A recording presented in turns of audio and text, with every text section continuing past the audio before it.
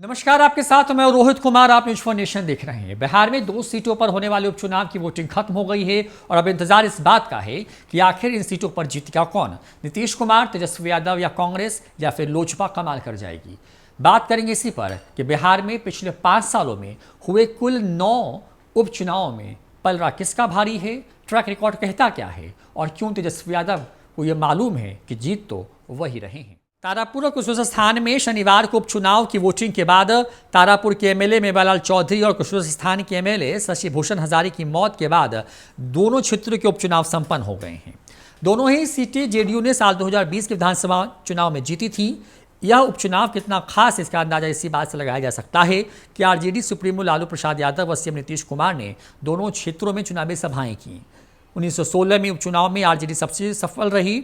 आज हम आपको उपचुनाव से जुड़े कई जानकारियां देने जा रहे हैं। साल 2017 व 20 छोड़कर हर साल राज्य के अंदर उपचुनाव हुआ।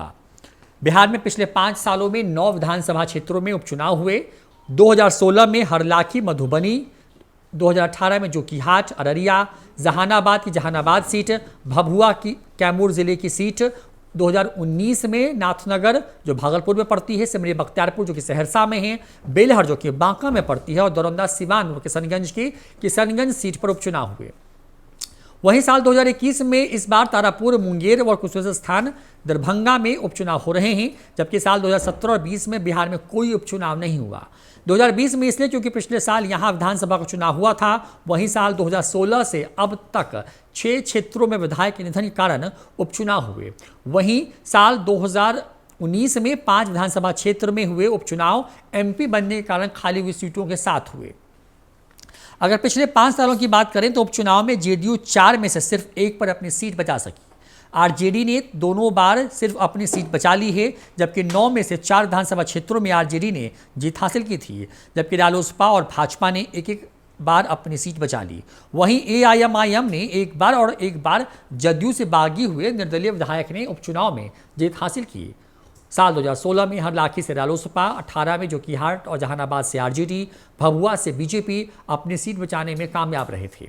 वहीं साल 2019 में 4 में से 3 सीटों पर जेडीयू को हार मिली थी। नाथनगर में सिर्फ जेडीयू अपनी सीट बचा सकी थी। वहीं सिमरी बख्तियारपुर, बेलहर में आरजेडी ने जदयू की सीटों पर कब्जा कर लिया था, जबकि कांग्रेस से किशनगंज सीट एआईएमआईएम ने छीन ली थी। वहीं दौरंदा में भाजपा के बागी निर्दलीय प्रत्याशी ने जेडीयू को हरा दिया।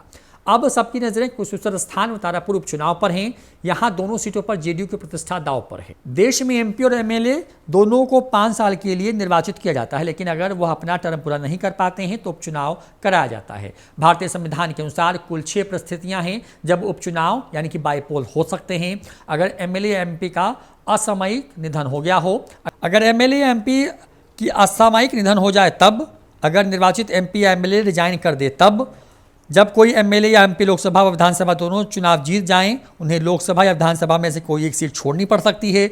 अगर किसी एमएलए या एमपी पर आपराधिक दोष सिद्ध हो जाए, भारतीय संविधान के आर्टिकल 102 और 191 के अनुसार अगर निर्वाचन आयोग राष्ट्रपति को एमपी या एमएलए खिलाफ लाभ का पद का फायदा उठाने को लेकर पत्र भेजकर अयोग्य करने की मांग करे और अगर एमपी या एमएलए दोनों क्षेत्रों से चुनाव लड़े और दोनों जगहों पर जीत जाएं तो उन्हें एक सीट खाली करनी पड़ती है। उस क्षेत्र में उपचुनाव कराया जाता है अगर कोई एमपी या एमएलए दल बदल कर ले और वो अगर वहाँ पे दल बदल कानून लागू हो जाए तब ये उपचुनाव हो सकते हैं। लेकिन बिहार की बात करें तो 5 साल 9 उपचुनाव और सबसे शानदार रिकॉर्ड तेजस्वी यादव का है। तेजस्वी यादव ने न सिर्फ अपनी सीटें बचाई बल्कि जदयू से भी कई सीटें इन उपचुनाव में झटकी भी यानी कि अपने पाले में कर ली।